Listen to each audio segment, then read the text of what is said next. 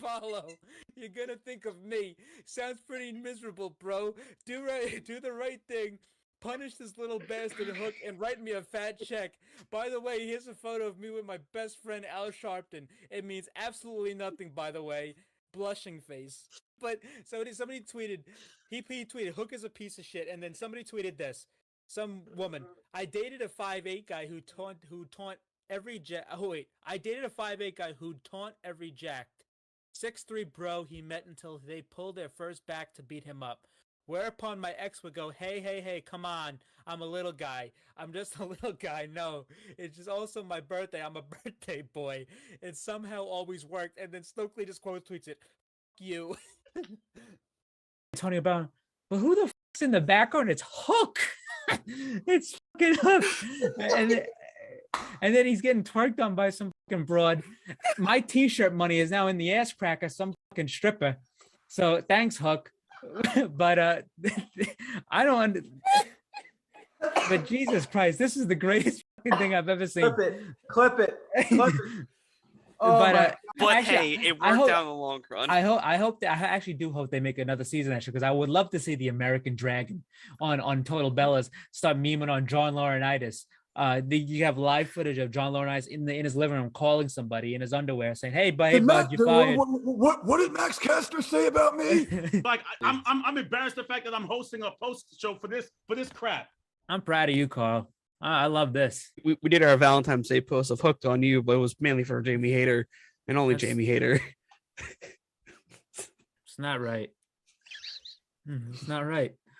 It's fucking trying to build an account and we get this bullshit on the account. Great. But so follow a simp account. Okay. Okay, but here's the thing, because those people, this is networking. We actually follow. You got it was a business decision. It's a business. You have to follow these people. This is like following. If you want a stan account, you got to follow the other stans. And when you get big, you get rid of them. You get rid of them after that. It's over with. I open up our Instagram and the first thing I see is Pro Wrestling Simp, and I'm like, what is this? I don't look at that. I don't look at that stuff. It's a business decision because that guy promotes us, and then when we don't need him anymore, we toss him aside. That's what happens. Yeah, well, we got go fucking slap it on a t-shirt and continue to use the move forehead. Unprettier. This guy just say fucking forehead. Switch. What? This guy say forehead. You Yes, I did. You think I fucking wouldn't catch that? You think nobody on this program would catch that? But I did. For weird. You almost didn't. For weird. Let's be honest. You almost didn't. Weird champ. Weird champ.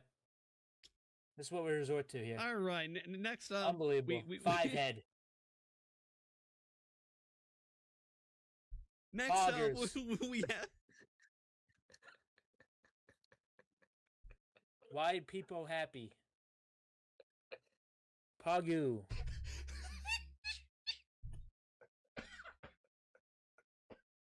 Weird champ. Full weird. Forehead. Oh god. Franker faces. Oh. Wowie. Why people sad. What else? Look at how red my face. What else we got? Let me go on Twitch right quick. Okay. Why? Why do people happy? Keck W, LOL W, XQCL. All right. The Acclaim promo now. We were backstage. Okay. They're just like, yo, it's not gonna be a triple. It's not gonna be a No, dude, we're gonna do a fatal four-way poggers, bro. Thanks for the fucking bits. Fucking damn it! Jump off a roof. Well, they just lost Gunther, so I don't know how that is gonna survive. But what's it called? But the Third Reich faction. That's Imperium's gonna turn to the Third Reich now. But he posted a picture on Twitter with Sean Dean. He's got his castle. It says Justice on it. And then somebody says Hook is some fucking girl says on Twitter, Hook is what? Stokely, I hate your ball ass so much. And then Big Stoke on Twitter goes, wow, Hook will pay for his crimes. It was confirmed that there was a forearm fracture which required a cast. I am distraught. I rolled dice with my left hand, so I'm please don't make me sue this company, Tony Khan. Please, you know that a portrait of your father that's hanging in your office? Well, once I own this company, I'm replacing it with a big ass photo of James Brown. Yep. Every time you see the Godfather of Soul sweating in drug-fueled rage at the Apollo, you're gonna think of me. Sounds pretty miserable, bro. Do the right thing. Punish this little bastard Hook and write me a fat check. By the way, here's a photo of me with my best friend Al Sharpton. It means absolutely nothing, by the way. Blushing face. But somebody tweeted, he tweeted, Hook is a piece of shit, and then somebody tweeted this. Some woman, I dated a 5'8" guy who taunt every jack. Oh wait, I dated a 5'8" guy who taunt every jacked. 6'3" bro he met until they pulled their first back to beat him up. Whereupon my ex would go, hey, come on. I'm a little guy. I'm just a little guy. No, it's just also Microphone potting up Discord. It's Wednesday, guys. You know what that means. It's time for your second dose of the Pro Wrestling Injection right here on the Pro Wrestling Injection YouTube and Twitch. Finally got it right this time. Been practicing it in my head over and over and over and over and over and over and over again until the stream. Today, we have Blood and Guts, but before we dive into Blood and Guts, it is time for the news section. As always, we cover the news from every aspect of the pro wrestling circuit. Christian, you have all the news here because you are our news guy.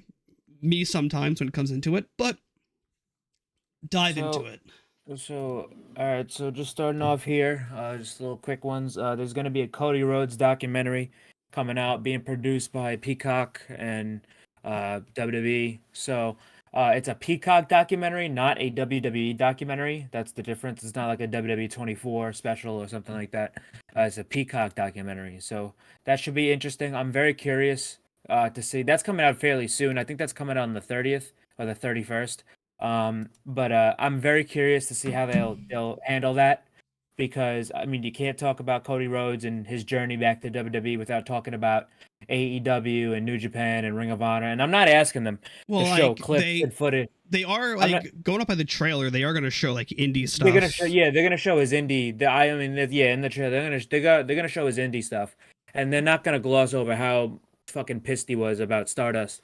But I'm not asking them to show AEW footage or Ring of Honor footage or stuff like that. I am hoping that they do show like most of the stuff. Like maybe like New Japan footage they have been able to get before. Yeah. So they could show that. I just hope they don't gloss over it and not talk about it, because it's way too important for Cody's story to not talk about it. The guy's a founding father. There's AEW. like an 85% chance that they showed like the throne being broken from Double or Nothing. It depends on if they allowed to show any footage, because they would have to get approval. That's not like it's public domain stuff. They have to go to TBS for that, really. But yeah, we'll see how that goes. But anyway, also we have Ray Phoenix leaving AAA. He said he was going to be leaving AAA. Good for him. He said it's for right now, so he'll be back eventually. I mean, that's his home promotion. Yeah. That's where he came up. I don't know what this means for this type of stuff when it comes to collaboration with New Japan, because even with Roosh, it didn't do anything, but Roosh was just on the Triple Mania show, so that was resolved, I guess. But we'll see how that goes. Next up, we have Ian Riccaboni has signed a multi-year deal with AEW and Ring of Honor, which is a very, very good sign. I mean, he's probably going to be the head Ring of Honor guy, and whenever Kevin has to do New Japan dates, he'll be the main play-by-play guy on Collision, and for great reason, which we're going to talk about in a couple of minutes. But Ian did a very, very great job on Collision, on his first Collision. Next up, we have Will Ospreay has been granted his dream match against Naomichi Marufuji. That's going to be taking place in September, I believe. But yeah, Osprey, he requested this match back. Oh yeah, it's set for Marufuji's 25th anniversary show, and that's gonna be on September 17th. Osprey requested this match from Noah back at the Forbidden Door media scrum, and I'm happy he's finally getting it because this is the guy that this is Osprey's favorite wrestler and the guy he's looked up to. So I'm very excited for that. I'm definitely gonna go check that out when that happens. We had Eddie Kingston in the G1. He's been doing great so far. He's had 2 matches. But Eddie, after his first match, I won't give away the spoiler of the match, but he did request, because he had a great first match with Shingo Takagi. He requested that Tony Khan, that either at All In or at All Out, he would love to face Shingo at either one of those shows. I think I hope that happens because Shingo, number one, he's gonna be in town in London wrestling Osprey 2 days before Wembley. So even if they don't do it at All In, they do it at All Out, he could probably get to All Out fairly easily. I think personally, like the best route for this, and I brought this up in our group chat, you do Mox and Kingston at All In, because that's a higher caliber thing. To be honest, that's the only not concern, but that's the only thing you have to be careful about when doing that. Yes, they have to have gigantic matches at All In, but you don't want to blow everything and leave nothing for All Out. Having fun there, Mike? It's not focusing. I think my yeah. Let me just clean this real quick. Sorry. You're good now. You're good now. Okay, that's better. I'm so sorry. You don't want to blow all of your big ass matches for All In when you have a pay-per-view the next week. I think Moxley and Eddie could do either or. It's just they got to be careful how they structure those cards. Oh, and that show will be on Bleacher Report. So they're planning on doing a dual pack, probably. Yeah, which that's the best possible thing. Which probably make $100, unfortunately. Too bad I'm not going to be home to watch All Out again. Yeah, shit happens, man. Hey, I might not even be home for the pre-show. Hey, work is work. So yes, work is work. But yeah, I just with Kingston and Shingo, I think that would be a better fit for All Out, really. To me, it just depends on how the card's structured and what's on the card. Yeah. Which we still don't know. If we have presumably if we have a main event of Kenny Omega versus Will Ospreay, that is a high caliber match. And do I think Eddie Kingston and Jon Moxley is going to main event either of those shows? No, I don't. I think All Out is most likely going to be MJF and Adam Cole. Oh yes, but definitely. Most likely that. But they're obviously going to have to do something at All In. So it just depends on how they structure the card and how that shakes out. This is very foreign because this is 2 gigantic shows back to back. So it's nothing we could really predict right now. Another thing to mention is there is now I guess you're probably leading into to the rule changes in AEW now, right? Should we lead into that? I was gonna mention it, but it was like, well, it became apparent today. Yeah, but it's really not. It's really a non-thing. It's like they can still do all that shit, but it's like they just need to ask. It's not like I was just about to say do that shit anymore. It's really a non-issue. Meltzer brought up like all of this stuff, like you already needed to ask permission for everything that was basically on the list already. Now it's written that you have to do it. Now that's really all it is. And that turned out to be more nothing than something. Yeah, it was completely blown out of proportion. It felt like I know like it was blown out of proportion, but it felt very apparent today, especially with how things went with in Blood and Guts, because it wasn't as good. I didn't see. I didn't. In some ways. Well. In other ways, yes. Well, I didn't contribute that to the rule changes because most of these guys in this match aren't really bleeders. Like Claudio normally doesn't bleed. The Bucks only bleed sparingly. I don't think Takeshita. I don't think I've ever seen Takeshita. Well, no, I'm talking about me like angles. the factors, kind of like Kenny, Hangman. They normally bleed. Pac it's very rare you would ever see him bleed. Pac doesn't really. Ibushi rarely. Yeah, I did not expect Ibushi to gig in this match, but like I was surprised the blood didn't fully hit. When we get into it with the fork spot. That's just me though, of course. Yeah, we'll see. I'm very nitpicky.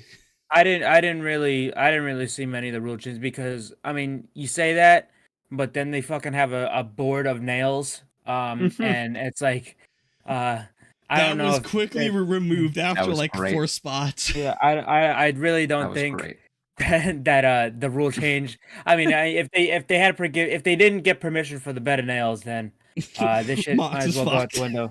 But anyway, we had a Triple Mania show this last weekend, and we had that. And that was QT Marshall. Yeah, got that was the actually fucking respect that he motherfucking deserves. That was a very good match between him and Penta. It was an ambulance match. There was a lot of blood. You call him your boy, yet you can't even pronounce his damn name right. It was the heat of the moment. You can suck my dick. But anyway, we had You're the one not putting respect on his name. We had the main event of El Hijo del Vikingo, the AAA Mega Champion, versus Kenny Omega. And again, these guys had another fucking great match. I mean, it wasn't as similar to their first match on Dynamite, but yeah, it was a great match. It's worth watching. Great stuff from those two again. Vikingo picked up the victory as expected, because that was probably the deal after they let him lose to Kenny on the Dynamite show. But after is where the real story happened, is where they had a post-show press conference, and Don Callis, who showed up earlier in the night and was kicked out by Conan, but Don Callis showed up again to interrupt Kenny Omega at his press conference. Then all of a sudden Konosuke Takeshita attacked, and Takeshita attacked Omega, and he laid him out. He was beating on him. He got hauled off by security, but in Tijuana, I guess kayfabe is still alive and well. So Don Callis was attacked by a fan. He was attacked by a fan. He was brought down. He was attacked. He had he said he went to go get medical assistance in San Diego when he went back. It was like his ankle and his neck was hurt, but it's like Jesus Christ Almighty. Was that the video of him in a chokehold, or was that part of the angle? No, it wasn't an angle.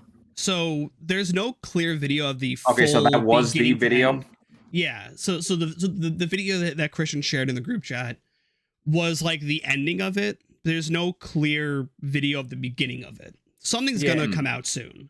And that's the thing here. This is not an angle. This is not an angle. This is not a work. This is nothing of the sort. This is I could read you the quote from Brian Alvarez right here. It says everything was an angle up to that point, which obviously was expected. Him Takeshita showing up and attacking him. But then a fan who was apparently upset about what Don said to Kenny, he jumped on Don from behind, ripped his suit, concussed his eardrum, and busted open his mouth while he was trying to choke out Don from behind. Don was screaming profanities at the fan before he was pulled off, and it was said to be livid afterwards. Callis' neck and ankle were both injured in the attack and is heading to San Diego for medical attention. Alvarez reiterates the situation was absolutely not a work. So there you go. Don Callis, fucking heat magnet. Can't believe that. Gotta love this guy. But now, speaking of heat, speaking of real heat, someone had the promo of the year at the G1 press conference. Alex Coughlin. Mainly, I will say, just before we get into his promo, the G1 press conference is one of the best parts about the G1. So funny. I mean, I'm not a fashion guy, but it's funny to see these guys, Okada in a fucking like 3-piece suit, and then you got fucking Kenta sitting there in a fucking tank top. And calling everyone ugly, disgusting, really disgusting, ugly. So the things he said in Japanese to what it was He went after Yoshihashi Yeah, again. yeah. It was Hashi and Great-O-Khan. He called them, I think, disgusting, and then called Great-O-Khan really fucking disgusting. No, he called Yoshihashi that because him and Yoshihashi have a giant history. He did call Great-O-Khan. Great-O-Khan, well, he's a pervert. Well, he's a known pervert. Yeah. But we love Great-O-Khan. There's a video of Cody Rhodes holding the women's tag team title belt. I guess he finished the story. Oh my god. But anyway, what's it called? But I will say though about this press conference, it's one of the funniest things. First time ever this year they subtitled the Japanese guys speeches instead of putting it on the website afterwards. But I will say though, because they have to, so it was A and B block and the C and D block went, and I mean Gabe Kidd was fucking great. He started he had a great promo. Then he ended up fucking jumping the table. He attacked Yota Tsuji. He fucking clotheslined the shit out of Kaito Kiyomi until he had to get hauled off. Guy was completely out of fucking control. He's been out of control this entire G1. I the fucking love it. The guy's absolutely out of control. But yeah, I mean, it was fucking great. The first half. El Phantasmo had Chris Charles because last year El Phantasmo couldn't make it because a lot of people couldn't make it because of the flight bullshit. But LP had Chris Charlton read his shit last year, and then he read it again this year, and it was the funniest fucking thing I've ever heard. I thought ELP had that girl read it last year because there was a female translator. No. It was Chris Charlton because I remember the tone of voice. Okay. Because she translated it. Okay. After. He made Chris Charlton break. No, let me tell you something. When he was reading this shit and he had Chris Charlton barely was able to fucking get this shit out. Ospreay was hiding behind his title. He was corpsing so bad. This guy had to hide behind his title belt. He was laughing so fucking hard. It shit was so funny. But yeah, he was great. But then we had the other half of the blocks, and I will say for both these for both the blocks, I also before we get to those blocks, fucking the best one besides those two was Great-O-Khan. He goes up, no comment, and he fucking walks off. He leaves. He didn't even show up for the final picture afterwards. But anyway. Love Great-O-Khan, all hell. So then C and D block came out. No Eddie Kingston yet, which was conspicuous. But anyway, then we had a bunch of people. Zack Sabre Jr. had to do a mic check around the whole arena, and he barely said anything. He fucking sat down. Shane Hayes was talking about the biggest D you ever seen because he's in D block and he was hysterical. Wasn't Shane Hayes also wearing the Dumb and Dumber orange suit? Yeah, and then you got fucking Jeff Cobb's a fucking smartass. He shows up, he gets on the mic and goes, "What do you guys want to talk about?" Like this fucking guy's a fucking piece of shit. This guy's a fucking asshole. What do you guys want to talk about? He should have said, "Let me talk to you." Yeah. But anyway, then the last person to go. I was supposed to be the last person to go, because Eddie Kingston wasn't there yet. We had Alex Coughlin, Long Island's own. Fucking. Let me tell you something about this. This was the promo of the year, in my opinion, so far. Unless I'm forgetting something, like an MJF promo Straight here and shoot, there. brother. These fucking Long Island motherfuckers are different at promos. But let me tell you something about Alex Coughlin's promo. This guy had a CM Punk style pipe bomb promo about New Japan, and it was fantastic. It was one of the best New Japan promos I've ever seen. It was one of the best New Japan promos since Jay White's fucking tirades after 40-minute matches when he's in the back. But this guy, he aired his grievances. He was the odd man out of the Bullet Club War Dogs. But everyone was like, he's the only one that doesn't really fit. But after this promo, he made me a believer, and he made me and he fits more than anybody else in the group now, which is the turnaround. Is the turnaround of I haven't seen in a while, but he killed it. He killed this promo.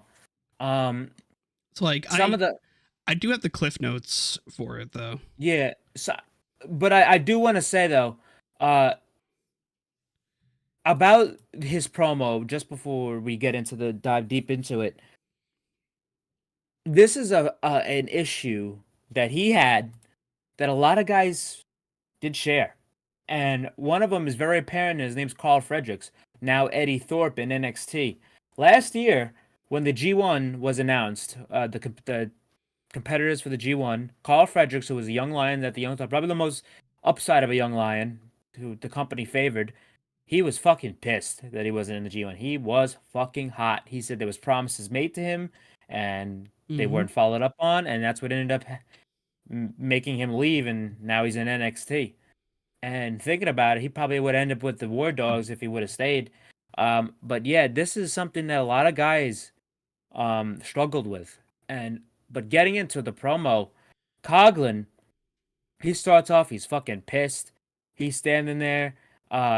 He talks about how his grandmother passed away, and he missed her funeral to continue training at the LA dojo. His grandfather died, stayed at the LA dojo to train. Then his uncle died, who had a professional wrestling radio show, and was a big fan of his. Died, didn't go to his funeral, and stayed to train at the LA dojo because he's a wrestler. And because he said like I took all the ass kickings from Shibata-san. Yep. And and then he survived all of Shibata's trainings, and then he said, finally I did ask something for this company because I thought it would all pay off.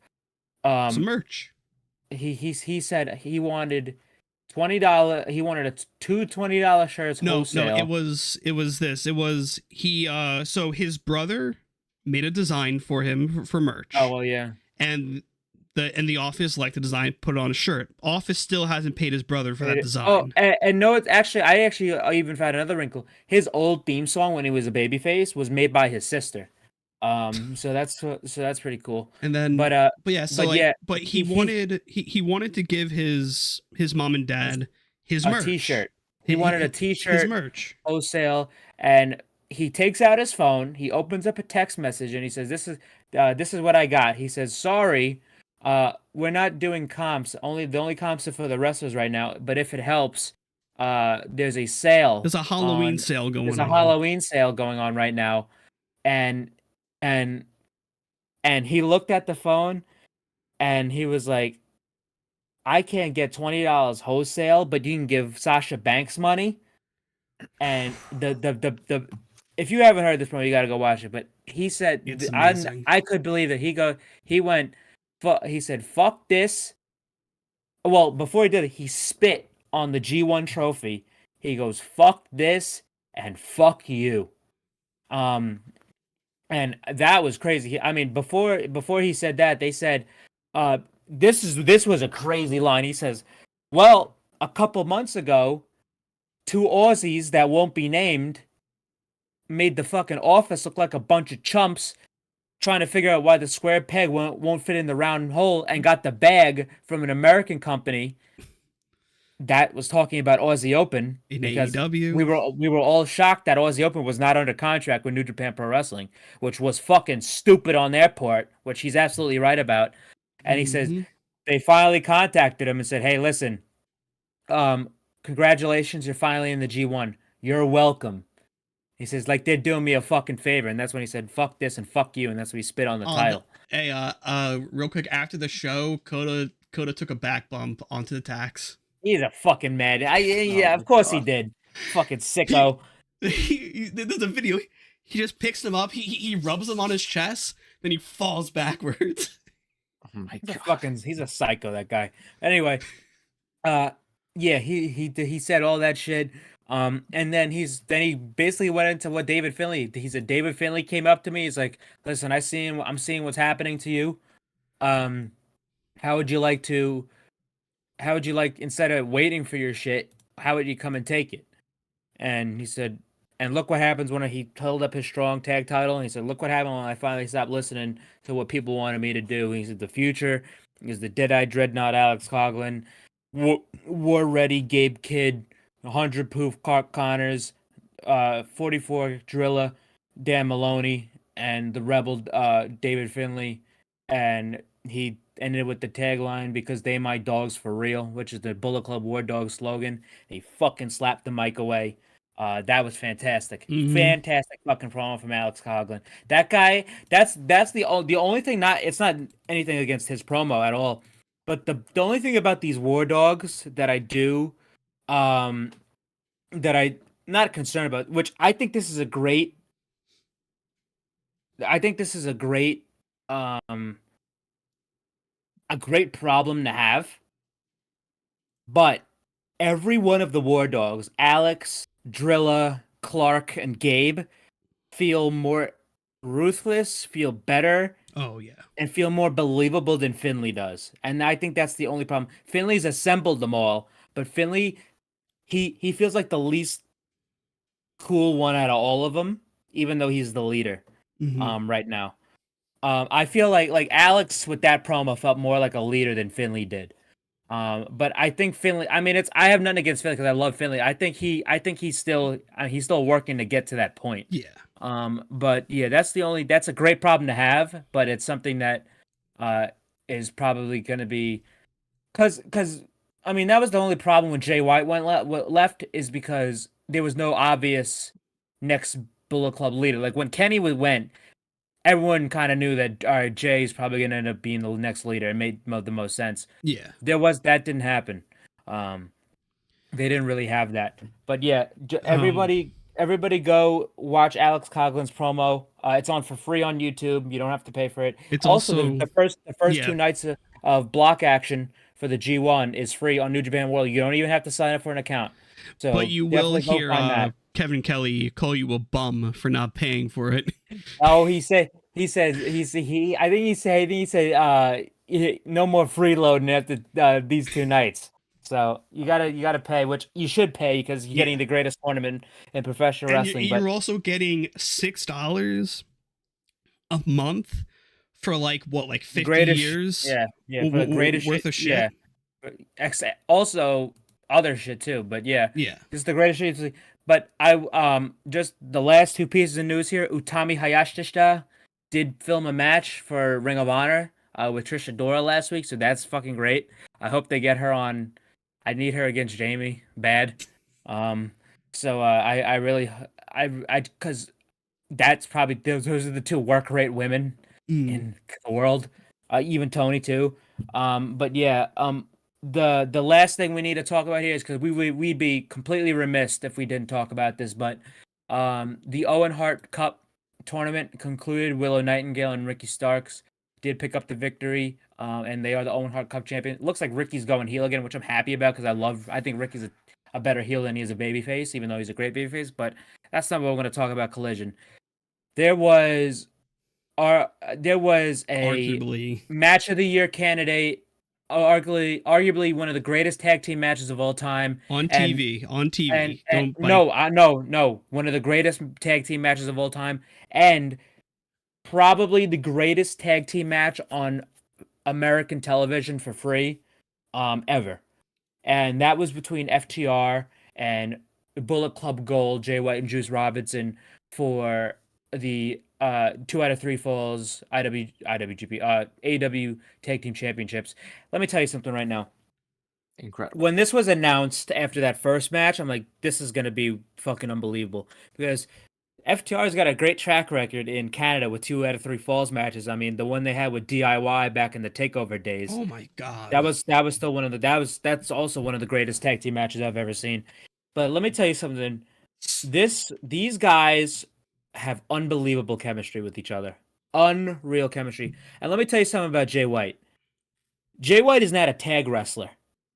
But this guy shows up, starts doing tag matches, and ends up being as one of the best tag team wrestlers in the world. Guy could do no wrong. If that doesn't tell you how he's one of the best wrestlers in the world, you're fooling yourself. But we're not going to go play by play about this match. But this damn near went, I think this went about 58 minutes. 58. Fucking unbelievable match. The falls, the chemistry between these guys, the power and glory powerplex spot was magical. One of the greatest tag team spots I've ever seen. The powerplex spot and the camera angle they got in there. Everybody coming up for it. Fucking the suplex, the J, Cash coming off, and then Juice coming off. That was an unbelievable spot. Jay tuning up the band and then hitting the sharpshooter in Canada to fucking Dax of all people. Unbelievable. Like, this opened the show. This didn't main event. This opened the show.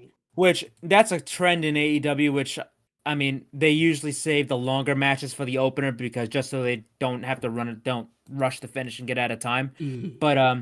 But the match was great. Juice ended up tapping out to the sharpshooter by Dax. You need to go see that match. You need to go watch that match. It was unbelievable. Selfishly, I hope they do it again. But I don't think that's going to be the case because I think after, I don't know if there's going to be a Punk and Ricky feud because I don't know what's going to happen with Jay and Juice after this because I think this was Jay and Juice.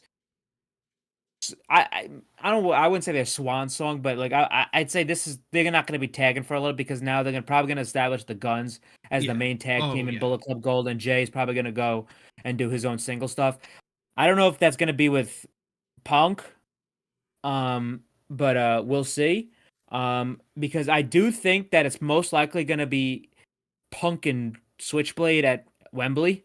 That's probably the blueprint, and probably Punk and Ricky at All Out. All Out, maybe. But we'll see. But yeah, that was on Collision, and you guys got to definitely go check that out because it was unbelievable. And the last thing about Collision, because they had the Battle of the Belts afterwards. That was a very, very. I thought it was a lot better than had any right to be that Battle of the Belts. And I do want to pay mention to Lance Archer and Orange Cassidy going to a count out. I think that was on purpose. I think they're going to be wrestling again. I do see Lance Archer. If Swerve is not the one to take the title off, which clearly it's not anymore. Yeah. I didn't want to say anything when you brought that up last week, but I was just like, you know what? Every time I talk, that usually extends things by like 10 minutes. No, so like, I kind of just kept my mouth shut. It's perfectly fine. But yeah, I think when I had mentioned in the group chat, like if it was to set up Swerve and Orange Cassidy, why did he kick Darby in the head instead of switching the spot around? Yeah, it's like they're still affiliated. They could still do something with it, but with the non-finish on Lance Archer, I do see that. And Lance Archer, if he didn't get counted out, he would have got Orange Cassidy. There's no way Orange was going to survive Lance Archer. And I do see them doing so because he is going to be wrestling AR Fox next week because they're in Connecticut and that's where AR Fox is from. It's also now too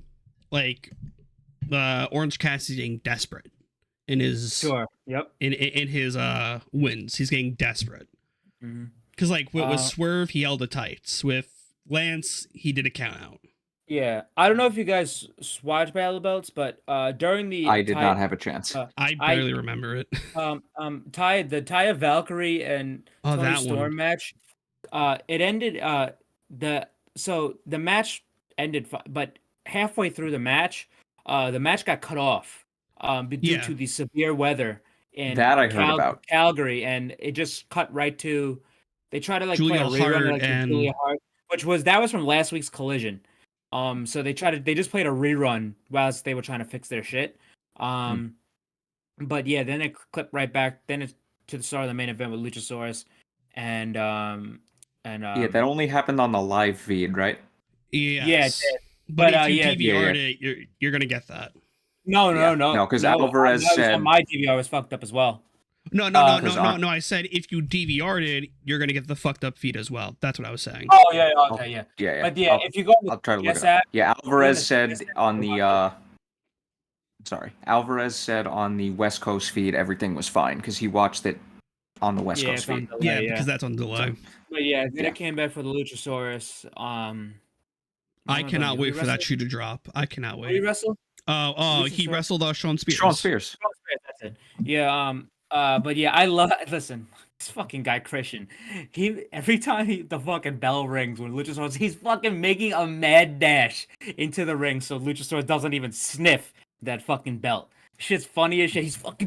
He's fucking going a mile a minute trying to get this belt, but Luchasaurus can get I hands. love it because He's like fucking what hilarious. it was what like who I think Paul Turner was referee for that match. He was about to hand it to Luchasaurus, and Christian just rips it out of his hands and holds it up and starts spitting everywhere, saying he's the champ.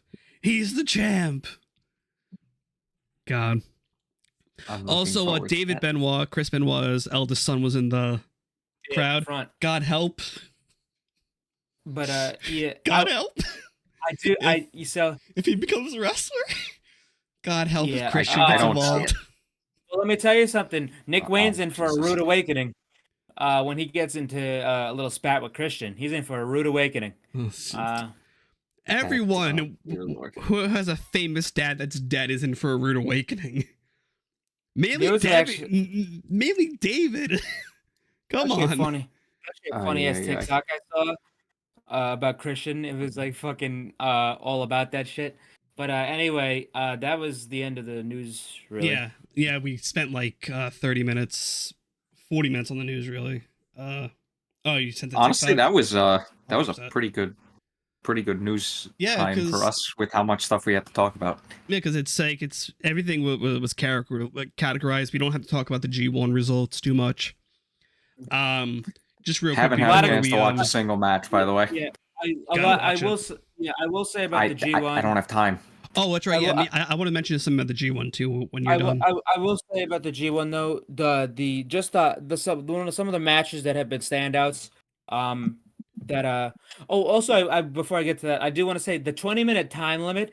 I'm still indifferent about it because I would like to see the 30-minute longer ones, but I love the urgency when it comes down to the 20-minute Oh, time limit. yes, It feels yes. and every match feels like there's like a new sense of urgency about it. But yeah, but I'm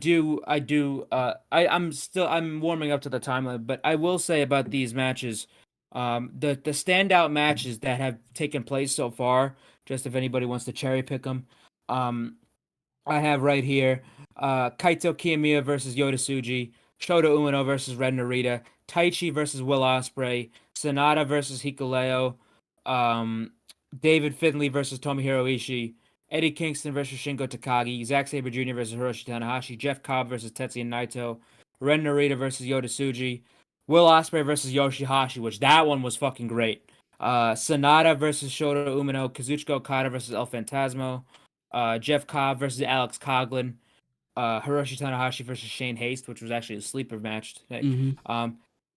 In my opinion, the match of the tournament so far, Hinare, which tell you something about Hinare. Talk about reinventing yourself. The guy shaved his head.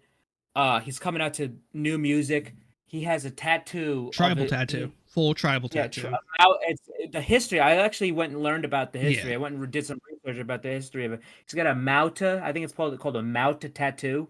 Yes. It looks like almost like a beard, but it's a tribal tattoo. Kevin Kelly made the joke of commentary that he's the real tribal chief. But yeah, it's a Mauta tattoo, and it's actually you can go on YouTube. There's in New Zealand because that's where he's from. He's a Pacific Island man. And they did a news story about it in New Zealand about him getting the tattoo.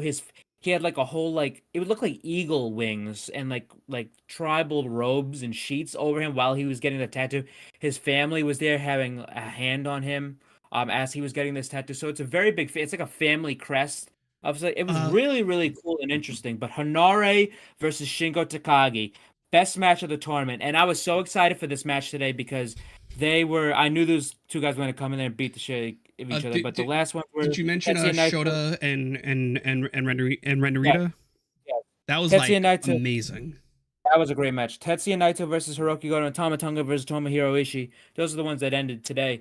But yeah, the G1's been great so far. But that Hinare Shingo match, if you want to see two fucking big horses beating the fuck out of each other, that's what you want to see. Oh, definitely. I think another match was I mentioned in the group chat today. That was like fucking excellent. Yeah, it was Coughlin and Cobb was amazing today as well. ELP and Okada was perfect as well. That's personal opinion. What did Nick share? It was just the Ibushi clip. Okay, the tax spot. Yeah. I will say about Coughlin and Cobb. Coughlin is like what people will say like Claudio is like, because Claudio is unnaturally strong. Yeah. But Coughlin is a different fucking animal. This guy is an animal. He just deadlifted. This guy was picking up fucking Jeff Cobb and throwing him around like he was a sack of shit. He fucking deadlifted him. Jeff Cobb. He was holding like this in the air. No help. And Fucking just toss this threw guy. him. Picking him up. He's unnaturally strong. He's unreal. It's unreal strength from Coughlin. Also, That guy's and gonna be a big Toriano star that day. and Toriano's having a great time, and Eddie Kingston is an absolute fucking beast.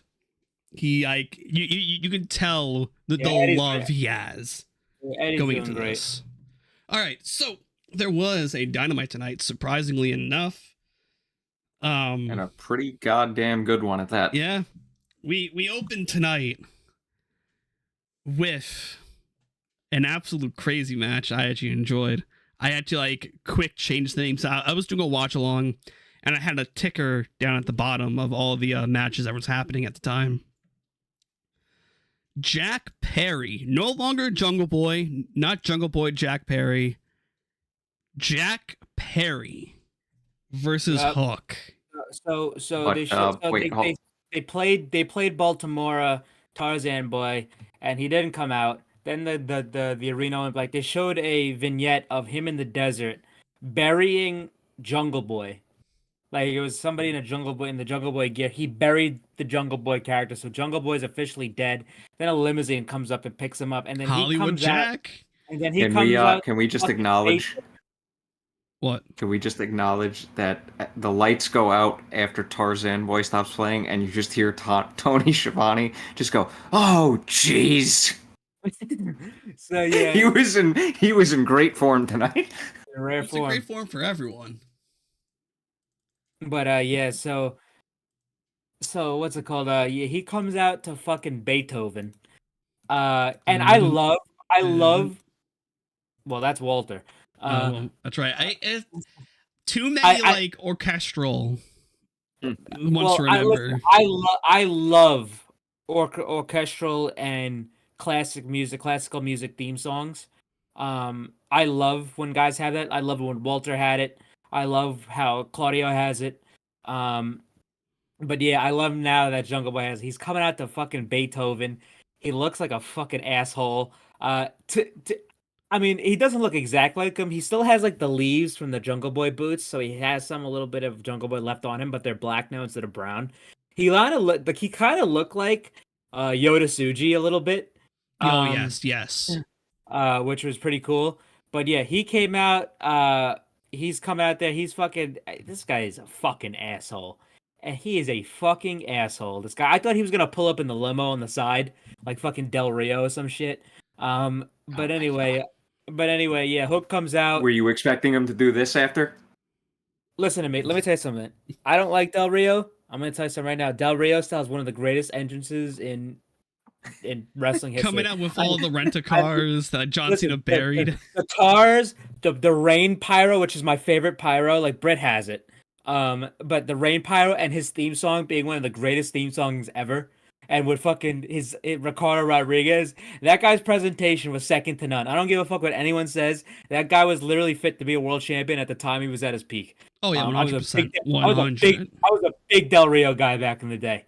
I wasn't as much. I liked. I was turning around when he started to become like a face, and I was able to like warm up to it more. But yeah, it's God. But His presentation is definitely up there. But pretty much right now, Jack is Hollywood. Hollywood Jack Perry. Yeah, so we have Hollywood Jack Perry here. He posted on Twitter because he was in Hawaii with Anna last week, and he posted on Twitter a fucking picture of himself in the car. I guess that Anna took, and he's fucking looking at the camera. He goes, he's like, great time being away from that thug Hook. He made like 2 separate tweets on Hook's like challenge of "Don't get spaghetti on my title," and "Who is this bum?" Yeah, this guy's already great. He's already coming into his own. But yeah, him and Hook had a great match. They Really good. worked well. Hook took a lot of the he sold a lot. Hook's this is the most selling I think I've ever seen Also, Hook do. I think one of the first few matches Bryce Remsburg has not refed for Hook. Because Bryce Oh, Remsburg yeah, sure, normally is absolutely. the ref you see for a Hook match. It was So, Paul Turner. Yep. So Right. yeah, but I love the spot where Hook has a great German with the bridge.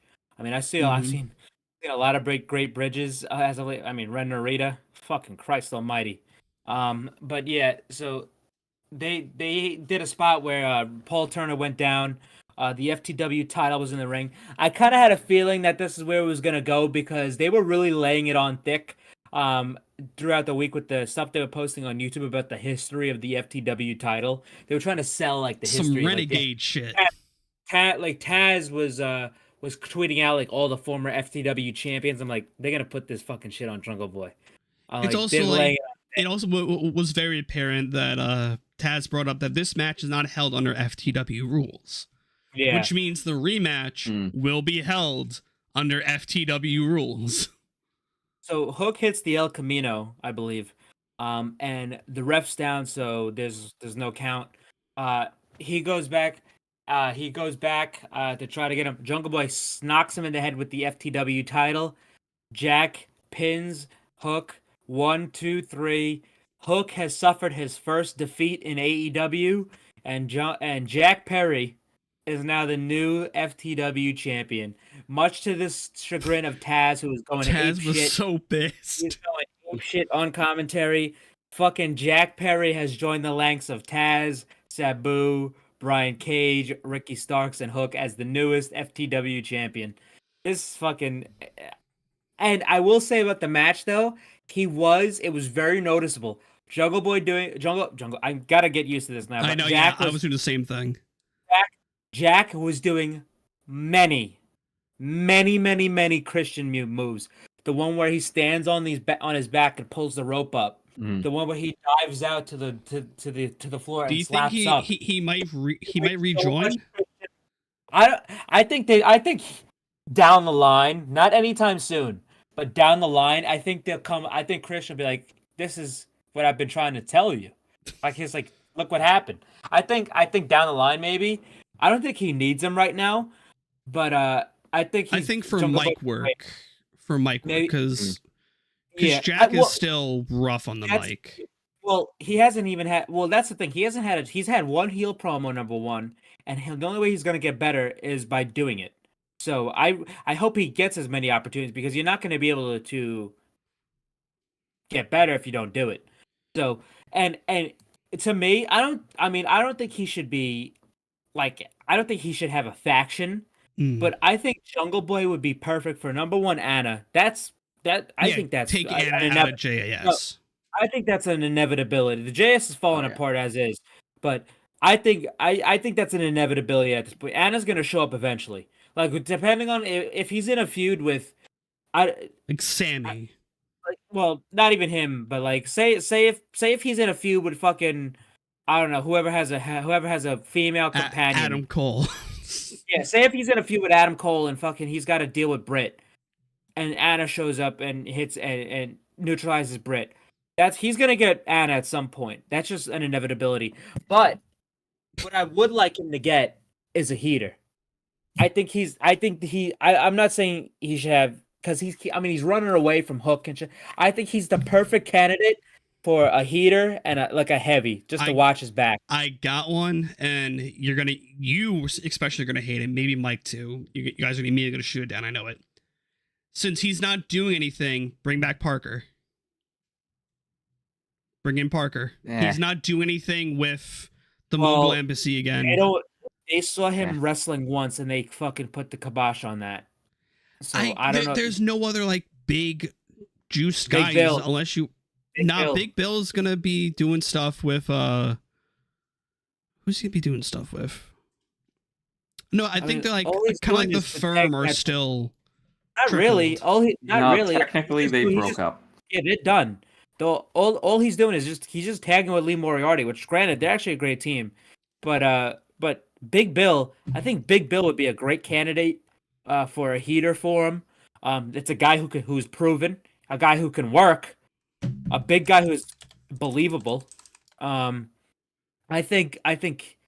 really think that Big Bill would be a great option. Maybe a Griff Garrison. I'm to looking play at on- the Fuck is Griff Garrison? I think Griff Garrison would actually be a good contender because he's I'm still looking at there. the roster page, just trying to. Jake Hager out of the JAS, because he gave up his hat. Maybe No, I'm gonna Josh- pass on him. Josh Woods, Josh potentially. Woods. Josh Woods. Ooh, that's not terrible. I mean, there's always Luchasaurus, but that's not gonna happen right now. No, Um, not for a long time. Yeah, but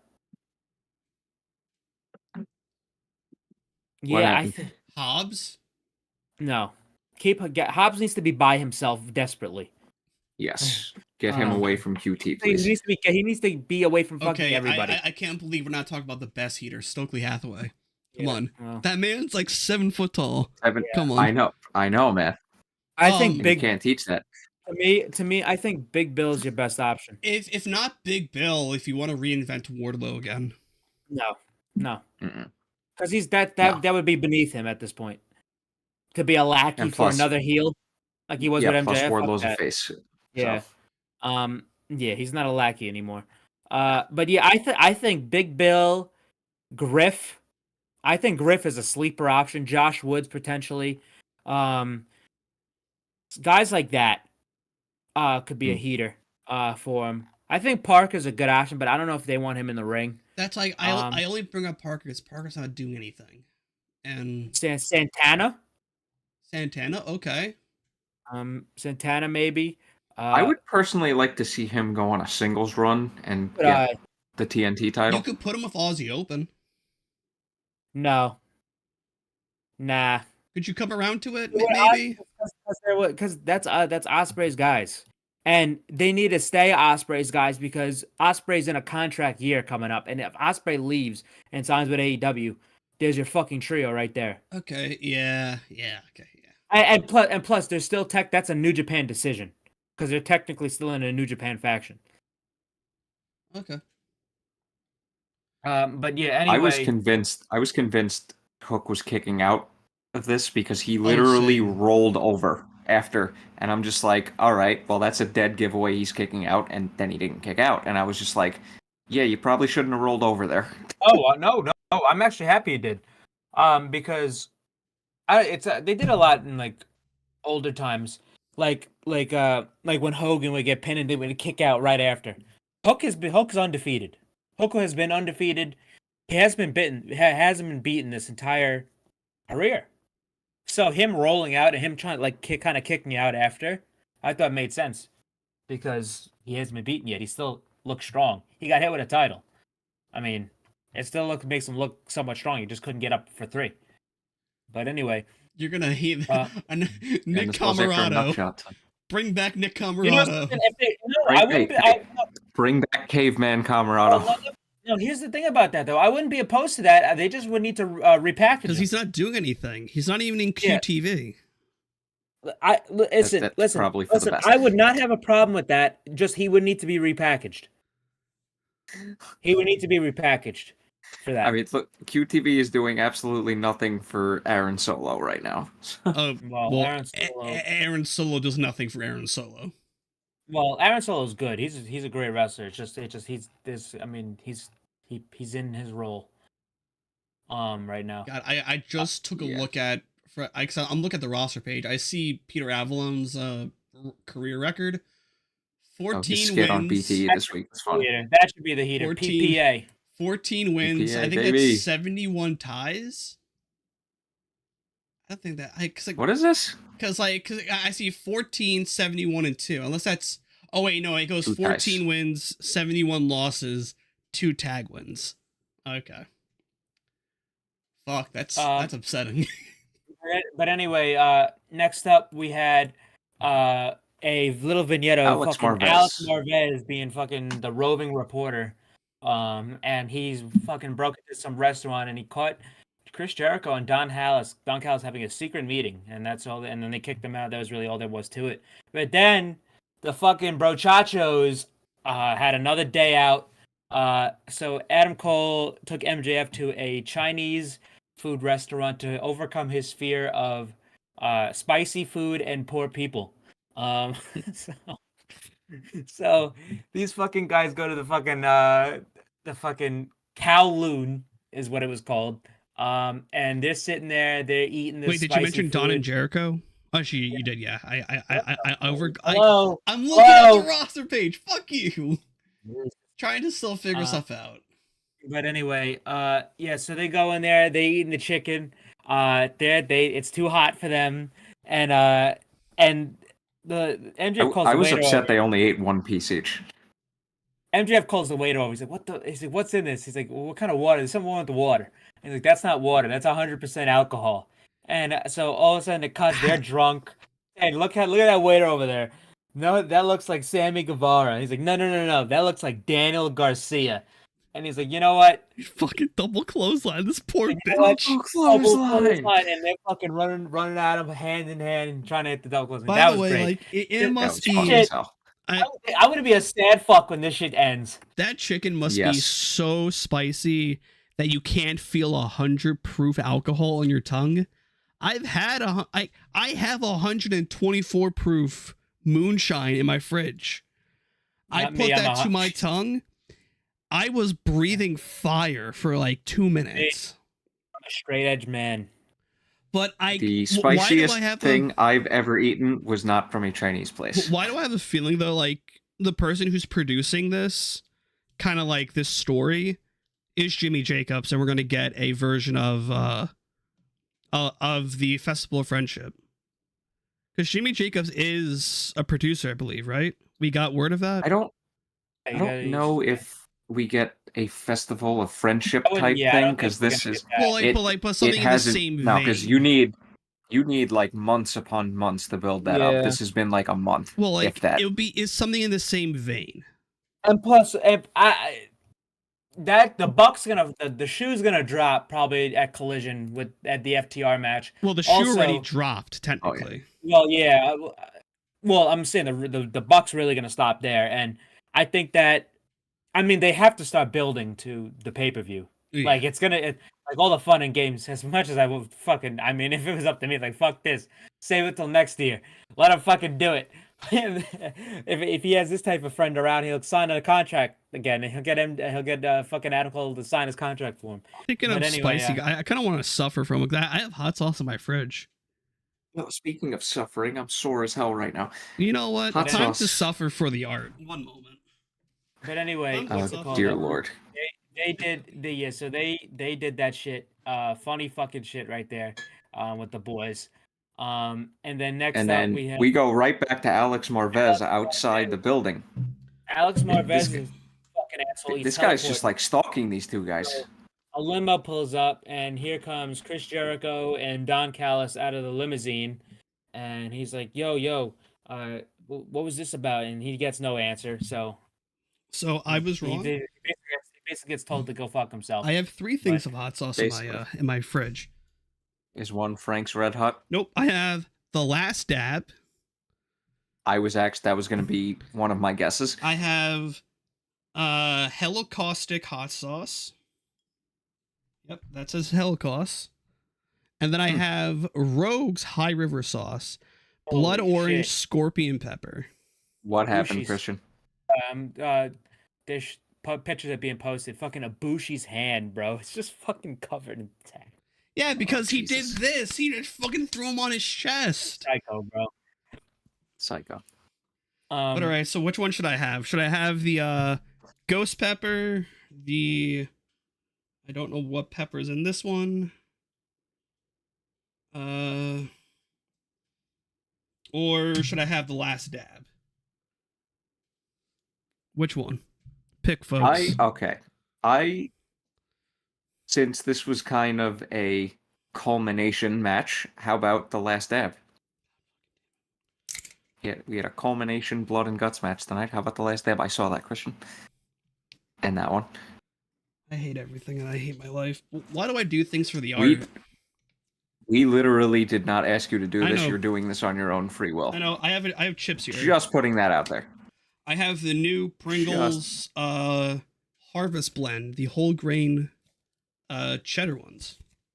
Really good. I highly As he's recommend. doing that, after Yeah, this, so the next thing we had had on was a Drip Baker Squash. That was really it. this I She don't know versed, why this was on the show. They had an obligation to get a women's match on the show. People would have started bitching and moaning on Twitter. Yeah, press They time. could have they should have given like that's really- 3 or that's 4 the- extra that's- minutes to the main event. No, that's really all it was. and then to keep the people- after that we go backstage with Adam Cole and MJF along with Renee. With Renee, yes. They were just And I that's didn't a get the full lot. quote here. This is so watery. jeez. Holy shit. But yeah, I this didn't guy. get the full quote here, but MJF dropped a line here. He said basically he basically said that we're gonna fight Sammy Guevara. His skank wife is at home. His skank wife is at home, so he doesn't need a plan B. His skank wife said, so we don't need a plan B. About losing, and then they That was a great line. talked about Garcia being a bad dancer. He's like, you know what? I got you a gift. So MJF, he showed Adam Cole matching gear, and then Adam Cole like, yo, bro, I got you a gift too. It's matching jackets. So they got matching, and then Adam Cole's like, you know what? I got one more surprise. And then the boys, they end up coming out. Sammy and Garcia come out. Garcia's doing this. I work at a summer camp. I've taught my kids at You're my a groups how to do monster it. for that. You're a maniac. I gotta say, I gotta have this girl send me this video because she videotaped me doing it, and the first day I was horrible at it. And then I started getting really good. So But I was going crazy. the reason why I grabbed a towel because it was really watery instead of it being like thick. Oh. And Zach is suffering. Internally. Yep. But Normally the last anyway, dab's not hot. I've had the last dab before. It's never this hot.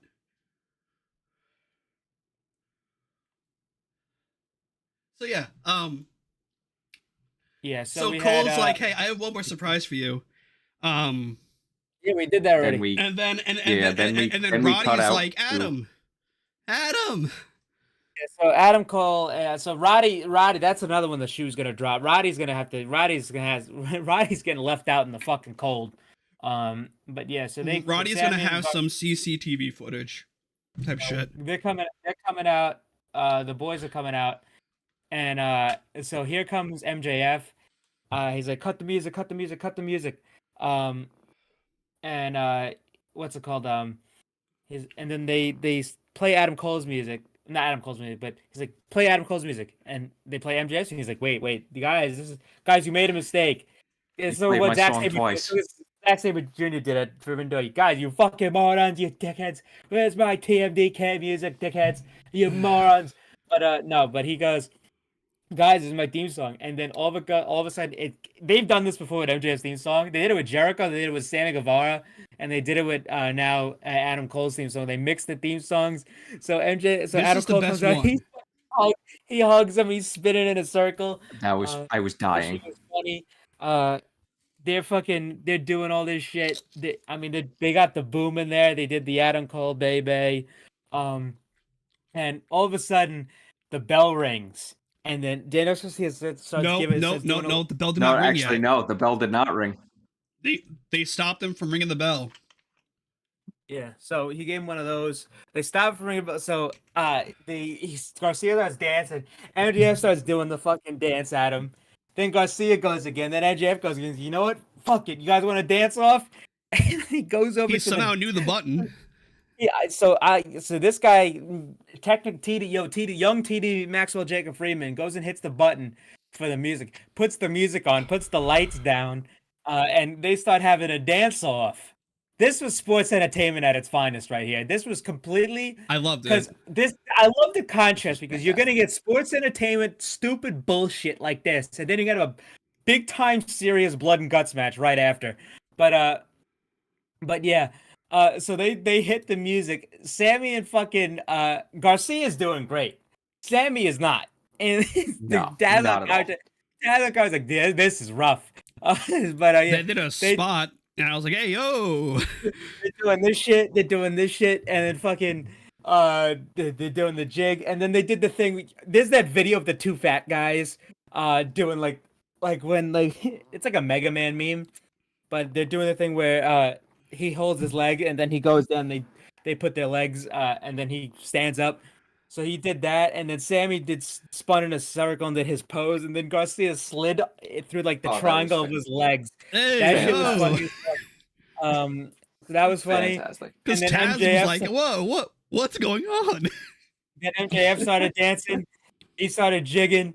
He started doing he's taking a bunch of shit from Tanahashi. The abdominal stretch, the fucking air guitar. I mean, he's stealing Tanahashi's gimmick. But yeah, he starts doing the fucking spin, and then Adam Cole gets in. Well, no, he and then goes, Adam like, Cole's turn. Adam Cole's like, what is this? I don't want to do this.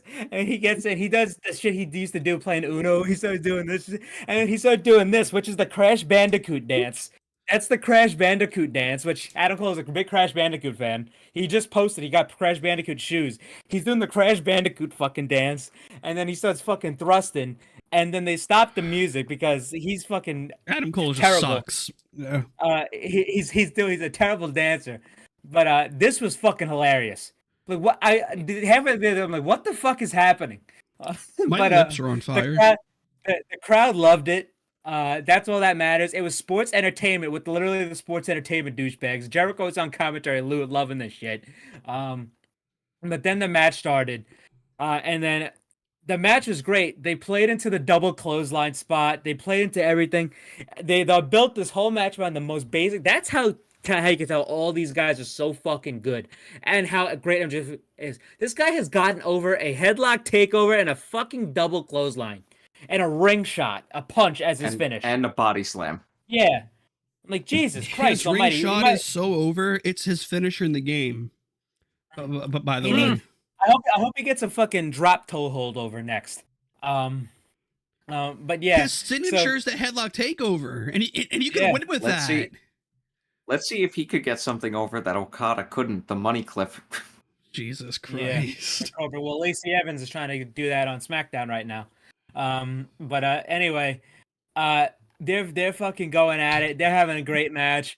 They keep trying to go for the double clothesline. There was a great spot where Sammy hit both of them with a double Spanish fly, and then Adam Cole was super kicking the shit out of everybody in the air. That was great shit.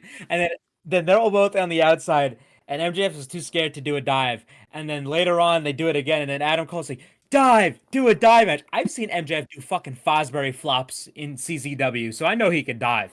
But he's like, they all chant dive, dive, dive. And it's like face your fears, face your fears. So MJF goes, he dives. He saw, was like, holy shit, I did a dive. He did the fucking Cody Rhodes walk. Because there's a meme. Because Cody Rhodes, he walks like SpongeBob. Yeah, He did it again. He did it again on Monday, but he did the fucking Cody Rhodes walk. He knew what he was doing, but then I think he threw Garcia in the ring. They throw him against the ropes. They held hands and they hit the double fucking clothesline, and they pinned this guy 1, 2, 3. MJF also tried to do the crossroads. MJF he did. tried to do the crossroads. Remember that? They hit the double clothesline. This place erupted for a fucking double clothesline. And yeah, MJF and Adam Cole win the blind eliminated tournament. They need to do this shit every year. They need to do this fucking blind eliminated tournament every year. This shit was so fun. This was so much fun. But yeah, they won the tournament. They're fucking celebrating like they just won the goddamn Super Bowl. And then FTR comes out to stare them down. But before that, Adam Cole grabs a hold of the AEW title. He's looking at it. And MJF catches him. He's like, "Yo, what the fuck, dude?" Like, it was in the same like framing of when Wardlow. Hangman and Kenny? No. It was with Wardlow and MJF. When Wardlow looked down at the title as he was holding it, and he was going to give it to MJF. But this was fucking great. I was going to give it to you. Don't look at my title like that. Max, I was just going to give it to you. But then, yeah, so he gives it to them. FTR comes out. They stare down. That's the end of the segment. Until they look back at the ramp. Jericho is going to console Guevara and Garcia, and they just both of them walk right past him. So that's 3 members he's kind of lost. He's lost Hager, he's lost Guevara, and he's lost Garcia, and by proxy, he's lost Ty Mello. If Sammy's gone, she's gone, and obviously she's not around. He's probably going to lose Anna the Jungle Boy to Jack Perry, and so the last people standing are Menard and Parker. Which So that shoe can flip at any moment too. which I wouldn't even mind if they just stayed with him, to be honest. Like if they just did trio stuff with I that. actually would like if since I don't want this whole entire Jericho makes a faction, Jericho loses a faction type thing, but maybe like Menard and Parker leave and they bring Hager with them, and that's their heater. That's probably like the best case scenario for this to come to an end. Bring the hat back. Yeah, I think they should all like go this way because we haven't seen like these guys in a while away from each other. Yeah. So we'll see.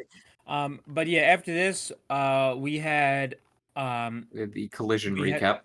we had a collision recap, and then we had the announcements for Rampage because we're gonna have the Royal Rampage again Which this year, consists which actually was of- I actually really liked last year. But yeah, so we have the Royal Rampage, which consists of Jay Lethal, Jeff Jarrett, Big Bill, Toa Leona, Swerve Strickland, Bishop Khan, Brian Cage, Matt Menard, Angelo Parker, Jake Hager, Ethan Page, Matt Seidel, Isaiah Cassidy, Matt Hardy, Nick Wayne, Darby Allin, The Butcher, The Blade, Commander, and Minoru Suzuki. Murder so- Grandpa. So very excited for that.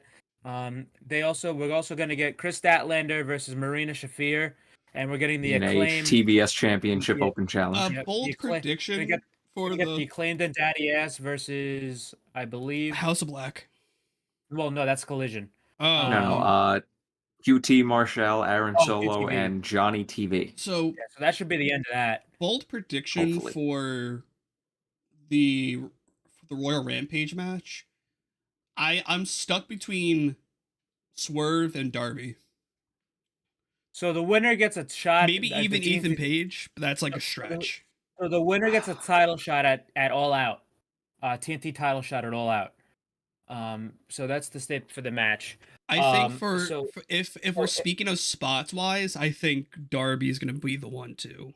I'm gonna Win. tell you right now, you can eliminate every heel in this match already. So Besides so the- Swerve, I wouldn't. No, it's a stretch. It's a stretch. I don't think. I think. All right, I let's- think. Would you guys like to go one by one on this? So Lethal, no. Gone. Jarrett, Jarrett, no. Dale, No. all the Mogul Embassy, no. Hager and Menard Parker, no. Cage, no. Yeah. So there's Butcher and the Blade, no. Matt Hardy and Isaiah, no. Seidel, no. So really, it's between. I mean, Ethan Page Is a I mean, maybe. I mean, that was in his hometown, so I don't know if he's still kind of, but we'll see about Well, that. New hometown. His yeah. new. What do you mean? Well, his new hometown. Hamilton. Oh, Because he's from Hamilton. no, I thought. Well, no, this is happening in Boston. He's from Detroit. He lives in Detroit now. No, but like he's originally from Canada. He's Canada born. He moved to. Detroit. Okay.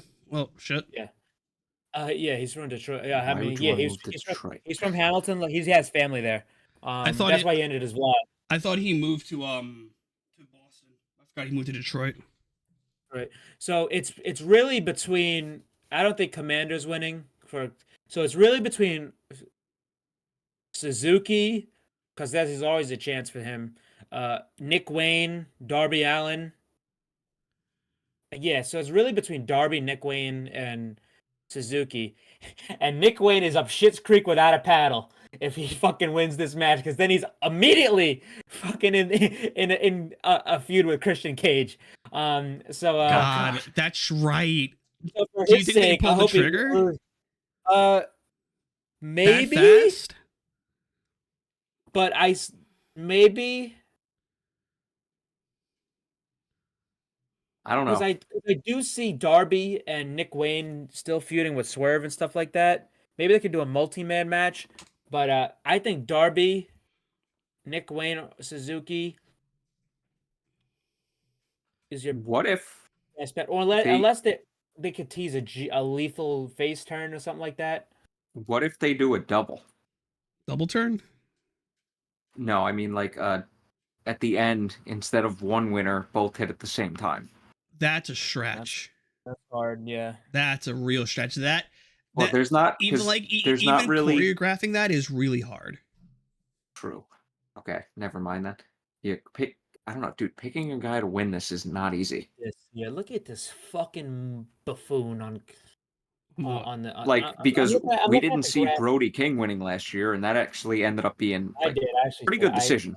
What are you made the- seeing? I actually made the call on the Brody King one. What Actually made the Brody King call in the last year. did you? I don't remember. I vividly remember making the Brody King call. Okay, well, hey, good for I will you. say- But what'd you say I now? tip my hat. Like, The who's pissing fucking- you off? I'm looking at the graphic, and some guy in the Twitter comments says, "My top 5 to win this match are Nick Wayne, Darby Allin, Dustin Rhodes, Jericho, and Hook." Yeah, lad, like they're on the graphic. You fucking weasel, fucking idiot. Jericho, yeah, good one. And Hook, yeah. Like, Little like midget. it's a stretch for me to like to think. 'Cause I put Swerve there because then you have the title hunt for Darby to go after Swerve. Because Yeah. if Swerve does Actually, wait a win second. the title anyway as well. Go ahead, Mike. Never mind. I just worked that out in my head. Okay. It was going to be a stupid thing. But like I don't disagree with like Ethan, Darby, Nick Wayne, or Suzuki. I think Ethan is a sleeper. Yeah, as I'm saying, like Ethan is like the biggest stretch to put because everyone else is like they don't need a title run. Yeah, and I wouldn't even be surprised about Jay Lethal either. Fair. Actually, wait, hold on. I am going to continue that thought, actually. Didn't last year it was the last person in one ring versus the last person in the other ring, and then No, it basically continued traditional battle royal rules?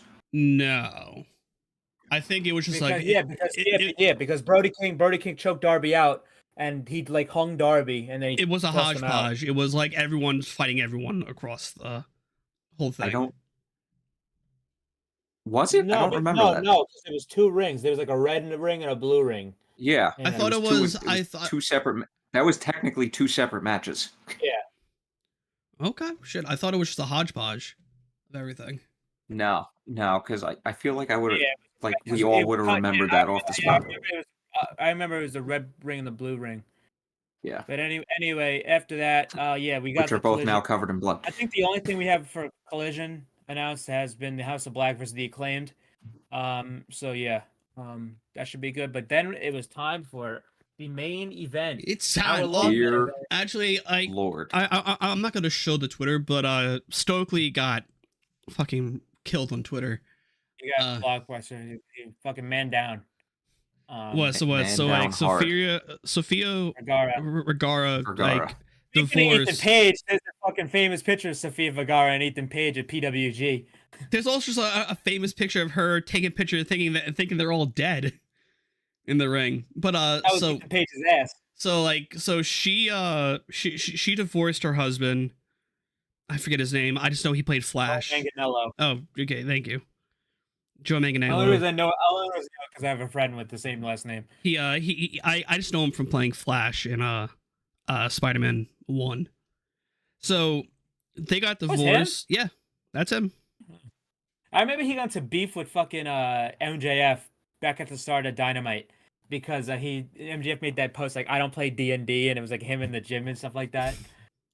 So but yeah, so they got divorced and Stokey's like, my time. He followed Sophia, changed his bio. I think he still has his bio up that way. God. Which he changed his bio. Oh, never mind. He changed it back to Free Max Max B. So he had changed his bio to. I'm watching the video right now. To 30-time IWGP champion, CEO, starring in Good Burgers, in Good Burger 2, which I wouldn't put that past it. Why believe in crypto when you can believe in God? Question mark. Praying hand emojis. Which is I wouldn't put it past if he actually makes a cameo in Good Burger 2. I would be so happy. I like Good Burger. It's a shit. So yeah, it's time for the main event. Also, yeah. Then Sophia blocked Stokely Hathaway. For sad shit. Anyway, it was time for the Man main down event. hard. The Blackpool Combat Club got the man advantage, which all heel teams should do going into a Blood and Yes. Guts War Games type of match. But the first man out was Claudio Castagnoli from the Blackpool Combat Club side, and the second man out was Kenny Omega The from two the work Golden Elite raids. side. Which this was crazy because they haven't wrestled each other in years since they wrestled once in Ring of Honor. And I'd love to see a singles match between him and Claudio. But yeah, so it was him and Claudio. But before we get to the match, I forgot to mention there was a backstage segment where it was Nick Wayne, Darby, Statlander. They just announced and Orange and the Best Ones. They just announced their matches and stuff like that. They announced yesterday. Tony put out the graphic for Death Before Dishonor, the Kingdom, the Lucha Bros, the Best Friends, and Aussie Open. Mark Davis's return. They're going to be in a 4-way for the tag titles. So they announced all that, and Darby said he owed AR Fox, and that's what he got him a match for the fucking international title. But anyway, yeah. So Kenny came out. Very excited to see these two because I've been waiting for these two to have somewhat of a singles encounter for in AEW for a long time now, because Claudio and Omega at this point in their careers, that would be great because I mean it was before their careers took off. Yeah. Back when they had their only match, like basically how him and Brian did. But yeah, they were working well with each other. Not much like big spots yet, but they were just working well. Next man out was Pac, from the Blackpool Combat Club. That got a big pop. Oh yeah, listen, Pac. I didn't even realize it's been 7 months since we've seen Pac. I didn't even realize that. And to put into factor too, Pac has had like beef with the Elite since day one. Oh yeah. Going back to the original Double or Nothing. Mm-hmm. Yeah, when he was supposed to fight Hangman, but that got scrapped. Yeah, but anyway, so Pac is the next man out. Him and Claudio working on Omega. Again, still not just doing mostly most of the heat of the match early. Next man out was Hangman Page. Hangman showed up, starts running wild on all these guys. There was a great spot where Hangman caught Pac. He gave him a follow-away slam and did his what's it called, his clothesline of Claudio, and they would chant use this ring, and then they were doing that shit. That was funny. The picture really took away from this match sometimes. It took away from the match for me at points. I didn't actually really have much of a problem with it because I think they told them like not to do any big spots, and I think they used it well because they actually timed it. Like when the countdown was going, when it would get to like 7, it would come back. And I thought they did well on that because last year there was guys coming in during picture-in-picture, which I didn't like. They fixed that. But yeah. Also, so next man. Also, everyone was backstage. They weren't at ringside as well, getting into. Yeah, they weren't at ringside, and they weren't in shark cages. Oh God. Which I actually liked this when WWE and NXT when they did the shark cages. But yeah, next man out was Next man out was John Moxley, and that's when you knew business is fucking picking up. Shit was about to go down. Yeah, so this guy fucking comes in immediately after the Dark Side of the Ring episode yesterday about Abdullah the Butcher. Comes in with a fucking starts stabbing fucking Omega and Hangman with a fucking fork. They aren't bleeding. Their skin got tough. Boom, boom. He's like, Jesus Christ. All right, here we go. This guy's immediately starts fucking stabbing Omega and Hangman with a fork. He starts going down to the other ring. He goes and gets a bucket. We don't know what's in the bucket yet. He stabs fucking Hangman in the head again. Then he empties the bucket to reveal a bunch of broken glass. And which promptly got you sick fuck chance. It wasn't, and also keep on. It wasn't the bucket. It wasn't the broken glass from the table from day one of AEW. It was just like broken bottles, really. Oh, and your buddy's in chat, Mike. Broken Heineken or some shit. Hey, he showed up. Yep. But anyway, Hey Tom. yeah. Anyway, what's it called? So he pours out the broken glass. Moxley ends up getting hit, planted on it early. Mostly everybody got hit with the broken glass or fell in the broken glass. It was stuck to everybody. Later, next up, the next man out was Nick Jackson. Nick Jackson, he started running wild. He had a great little. It was almost like a hot tag, coming in here. Oh yeah, beautiful but then he- transition. Yeah, and he was quickly dispelled onto the broken glass as well. So they started working well there. Nick was flying all over the place.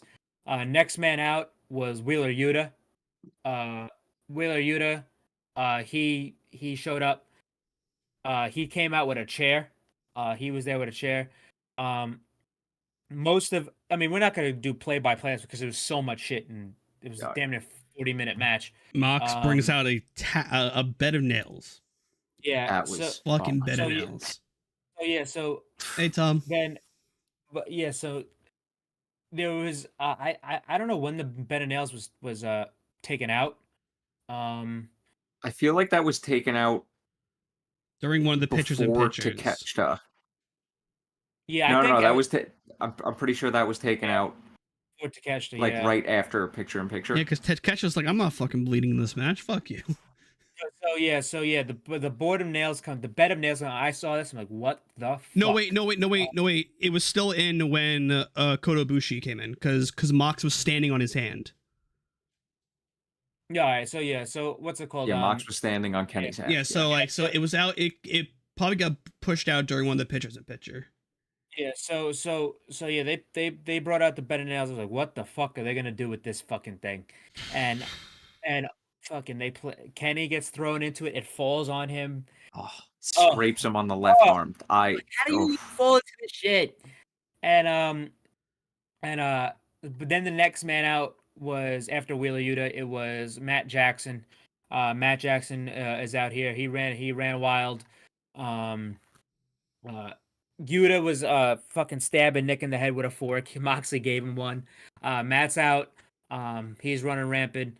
And then the next man out, the final member of the Team Blackpool Combat Club, was Konosuke Konosuke Konosuke. Takeshita. And he came in with a Japanese style chair. So did Yuta.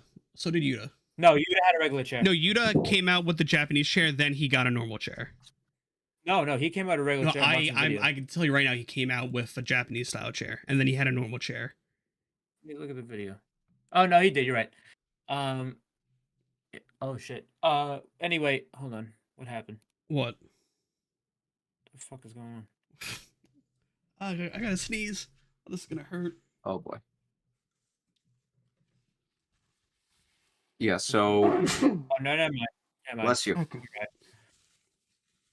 Oh god, thank you. I thought they just announced something, but no, they didn't. The chair. So the chairs. So the Japanese style chairs are like hard plastic, and they're harder. Yeah, they're and they're harder to They gimmick. break easy. And the normal chairs are just like steel chairs that are sanded down a bit, so they don't hurt as much. Yeah. Learned that from doing the ring crew stuff. So next up out was Takeshita. He came out with the Japanese style chair. He starts running wild on him. He's swinging at Kenny, swinging for the fences. So yeah, this is when it came out. The bed of nails came out, and then that's when they did the spot with the bed of nails. And yeah, that was fucking nutty. That just the visual of that bed of nails was fucking crazy. I'm like, how the fuck are they gonna? How they're not gonna get impaled? But the way they would do it, they did it. It was like they were like cubed out to the top, and then there was a point. Yeah, There's a museum I went to when I took a vacation to Tennessee.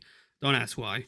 There's like a thing where you can like lay on a bed of nails that like comes up.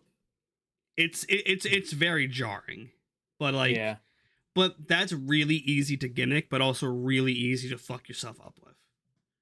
Yeah, because Mox got when he took his spot, he got fucked up on his head got fucked up on it. Yep. So finally, the last member and the last man out for The both hugest teams, pop of the night. Golden Elite. The man, the myth. he's coming out. the final member of the Golden Elite, the Golden Star, Kota Ibushi, has finally shown his face and made it to AEW. He came out. He's There's taking it a- in. He was like, oh, it was There was fucking great. It like was so a- nice to see Ibushi again. There's like a video from like the first Starrcade where like they were hyping up Double or Nothing, and Kenny was like, I could like this is when like AEW was in its like infancy. He's like, I couldn't ask Kota like where he is right now in New Japan. I didn't feel right doing it, and he actually had, and Kenny has an emotional breakdown on that stage. He Well, cries. That's actually Also- great storytelling. Also, because fuck the camera guy who cut away every time they hugged. Every I time will- Kenny and Kota hugged, they cut away. Fuck So, them. That's actually a reference. Kenny crying, that is. That back when Kota signed his long-term deal with New Japan, he was crying because he was leaving, because Omega was leaving. He was crying at the when he was signing his contract. So that, I mean, they both did their part there. Yeah. But Ibushi hasn't wrestled since WrestleMania weekend, when he wrestled Speedball Mike Bailey at Bloodsport, and he wrestled Joey Janela at Spring Break. But yeah, he did look bigger. He bulked up Yeah. a lot. He looked a lot bigger. But yeah, so as Ibushi gets entering, Mox is fucking covered in blood. He's stomping on Omega's hand on the bed of nails. Ibushi and Moxley are facing off here. This was so cool seeing Ibushi and there were like Claudio and Moxley and fucking Yuta and Takeshita especially. That was great. He starts kicking this guy. He kicks Moxley into the bed of nails, and then he does the fucking Golden Star moonsault onto the bed of onto Moxley onto the bed of nails. That was great. Oh no, you there was forgot to the best part. Yuta's like, I got this. Starts waiting at the bottom of the ramp for Kota Ibushi and runs at him just to get fucking murdered. And later on, when because Matt Jackson went out to go get a Yuta, and then Yuta started climbing the cage. Matt went up after him. Matt did the Northern Lights sequence up there, but he got counted into a Yeah, they were teasing the table spot, DDT. but those DDT tables were with not Sammy. gimmicked. Which I'm glad, because they shouldn't do the guy falling off the fucking cage every time. But it was actually great. So Yuta went down. He went back down, went back into the cage, but Matt was still up there. But he had a bag stashed up there, and it was full of thumbtacks. So he rained the thumbtacks down over Claudio, Claudio and Pac. It was raining, and then they did both got a back body drop from Nick and Hangman onto the tacks. That was Pac a great got spot. the I worst really of liked it. that. Yeah, there was also a great spot where they all did stereo suplexes, and then Pac jumped onto the roof, swung his legs, and did a double stomp through the table to Nick Jackson. That was one of the best spots of the match. That looked fucking great. Just If I remember correctly, I was texting with a friend during this match, and my exact text to him in all caps at that point was, Jesus Christ. So, Tom asked a question. So, question for the group: since wrestling is not affected by the writer's strike, do you think this could help? I saw Seth Rollins made a comment like that. It's a major difference. Yes, people might watch wrestling more, but it's probably not going to happen. I don't see like this affecting anything. I don't see wrestling getting a boom again. It's like the difference between these two is like, one, the writers and the actors, that's a union. Wrestling is not unionized. True. Which is like, it sucks. But also, if wrestlers were were unionized and they were SAG actors, WWE, AEW, every promotion, maybe outside of New Japan, would not be doing stuff right now. I will say this too. I think it'll probably end up in like a small viewer bump, because if there's no TV, and there's no, it's gonna take a while for that to come into effect, though. Yeah, I know, but I'm saying like this, people might just look another way. Also, sometimes. But fuck anyway, Bob Iger and fuck David Zaslav. Eat my dick. Why? Because No idea who that first guy is. Bob That's Iger, the CEO of Disney. Disney, said that like what these people on strike are doing are killing the economy. And David Zasloff, I think he made some comments, but fuck the CEO that says we're gonna wait this out until the writers and actors lose their apartments and lose their homes. Then they'll come back to us. Fuck that CEO. I just don't give a shit. Yeah, because like just make my fucking TV shows, bro. I don't give a fuck. Just make my shit. Well, see, it's not that simple. It's very. I know complicated. it's not. I know it's not, but that's just me. I just want my shit to be made. Because like for me, like I love writing. I love doing acting stuff. Hence why this character that I created during the pandemic, that fully came into pandemic. I love this stuff, but if acting and writers don't get fucking respect, I want to pursue that career. I want to pursue that career in writing and shit like that. It's really hard. Yeah, but you got the geeks like me who just don't give a fuck. Yeah, like I understand that, but like for both sides of the fence, you got to see. No, I see it. Yeah. I just don't support it either. I just don't support it either way. I just want my shit made. Well, then tell the fucking people to pay them. Because like I would love to know how much these people are making. Oh, on someone who was a kind of bit of a lead on Orange is the New Black, for every scene she was in, accumulating, she got $27 for everything she was in. Skill issue. And also for someone who was in that show This Is Us, their entire residuals was like $14. And they were a lead actor on that show. That's not a skill issue. That's a skill issue too. You need a lawyer for that. Call your lawyer. No, that's just how the residuals work. That's how the that's how the SAG union works. Like you can make more doing a commercial. It's very complicated. Like there's a lot of videos on it though for anyone to watch.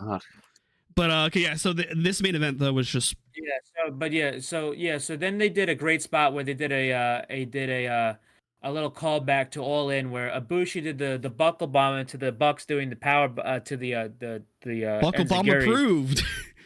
The buckle bombs into the Enzuigiris, into Kenny Omega's You Can't Escape, and then into Kenny Omega's You Can't Escape, and then Hangman did the running shooting star, then Kenny did the backflip.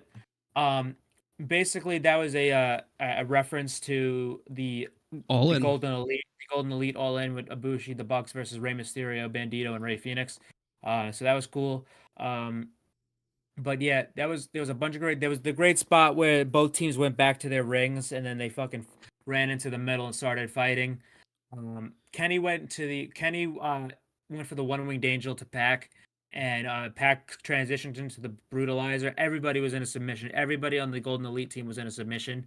Then Ibushi went out and freed each one of them. He kicked Pac in the head so hard.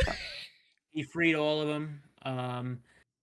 But after they were freed, there was a little spat between between Claudio Castagnoli and Pac. They started pushing each other, started shoving each other.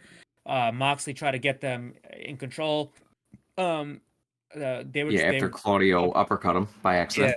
So Claudio and Pac were going at each other here. Moxley was trying to get this shit under control. After that, Pac flipped them all off, said fuck this. He walked out, he grabbed bolt cutters, he cut the chain off, and he walked out on the Blackpool Combat Club. And right after that, Don Callis gets off commentary, tells Takeshita to get the fuck out of there, and he pulls Takeshita out of the match. So Takeshita's leaves the match. And now it's 3-on-5. So okay, no ChatGPT will not decide the end of the matches, but if you want to, pertaining to that question, if you want some laughs, check out Wrestling Matchbot on Twitter. Yeah. So I noticed something, but then I quickly got rid of the notion. When Pac left, he went through the face tunnel. I thought, okay, cool, it's a Pac possible face turn. But then when I saw Takeshita and Don leave, they also went through the face tunnel. So I was like, okay, so never mind. Doesn't mean dick. Forget it. Yeah. So Doesn't mean shit. so they That was probably just they forgot in the heat of the moment thing. So after Takeshita walked out, Matt Jackson put on the thumbtack shoe, started kicking, super kicking Wheeler Yuta. He super kicked the fuck out of him. This guy was busted open immediately. Thumbtack shoe is my favorite weapon in Fight Forever, by the way. Right. They hit him. They hit him with that shit, and then Matt and Hangman took a chain to Yuta. Well, they Matt cuffed and Bushi- Mox. They cuffed Mox to the rope. Claudio was already finished, and they took Yuta. They put him on the ropes. Ibushi, Hangman, and Matt all had the chain, and were all pulling the chain around Yuta's neck. Yuta went out. I don't think that's where they called it though. Mox was tapping. I think no, he didn't tap. I think Mox told the ref he surrendered. For Yuta. Similar vein of the first the first Blood and Guts. Mox realized it was all over. Mox surrendered for the team, and the Golden Elite pick up the victory and defeat the Blackpool Combat Club once and for all. This was fantastic. This was a great match. It set up Pac versus Claudio for Death Before Dishonor on Friday. But this is great. After the show went off the air, Mox the Blackpool Combat Club paid their respects to the Golden Elite. It was so cool to see Ibushi and Omega again. I don't know how much we're gonna see Ibushi, but he did say he wanted to make AEW his main priority. But we'll see where we go from here, because this is one of the biggest storylines in wrestling right now that has most likely have been concluded. Not everything will be concluded. Like Omega and Takeshita is still gonna be a thing. Yeah. Oh yeah. I believe that Ibushi, whatever he plans on doing, obviously Claudio and Pac. So yeah, very excited to see where they go from here. That's where they went off the air. Great shit tonight. Yeah. All right, guys. We do appreciate you all tuning in, dealing with the ramblings of news and the Writers Guild and Screen Actors Guild strike talk for that brief moment. If you want as well, the new series Backstage Arcade, episode 3 of Road to Elite is up. It is my journey through Road to Elite as my created character. I'm planning on doing a video of completing the 100 match winning streak to get Owen Hart. I'm like 51 matches in, so we got about like 49 left. Is that the secret achievement? Yeah, that's how you get Owen Hart. Oh, there's one secret achievement. I didn't Google it yet. You have to. Okay, so to get Brody Lee, to get Paul White, you have to do Road to Elite. Certain storylines you have to get for that one, which sucks. I heard it's annoying. I heard there is a exploding barbed wire death match stipulation in Road to Elite. I've played it 3 times. Have not gotten it. That's how you get like the phony one. I got that one. Really difficult to get. How? I'll send you how to do it. It's not that. You have to play certain characters for it. Do Warlow or Malachi Black. That's how I did it. Yeah, so anyway, guys, thank you all. We will catch you next time. Peace. Rest of the week. Oh, shit. We are not done yet. Wrestler of the week, guys. Fuck it. I'm going to give it to Wheeler Yuta for taking the shoe spot. Taking the thumbtack shoe is rough. Christian, go ahead. I'm going to go with Hinare in New Japan. He reinvented himself. He changed his whole look, his whole music, and he had the best match of his career today. So I'm going to go with Hinare. Mike?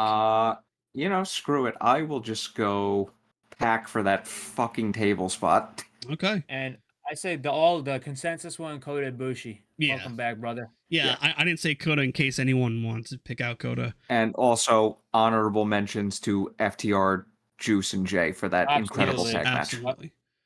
But yes, guys, thank you all. And also Chompy for making a cameo tonight. Chompy was a goat. All right, guys. Thank you. Also, Shark Boy was backstage. All right, guys. Peace out. Hell yeah. That's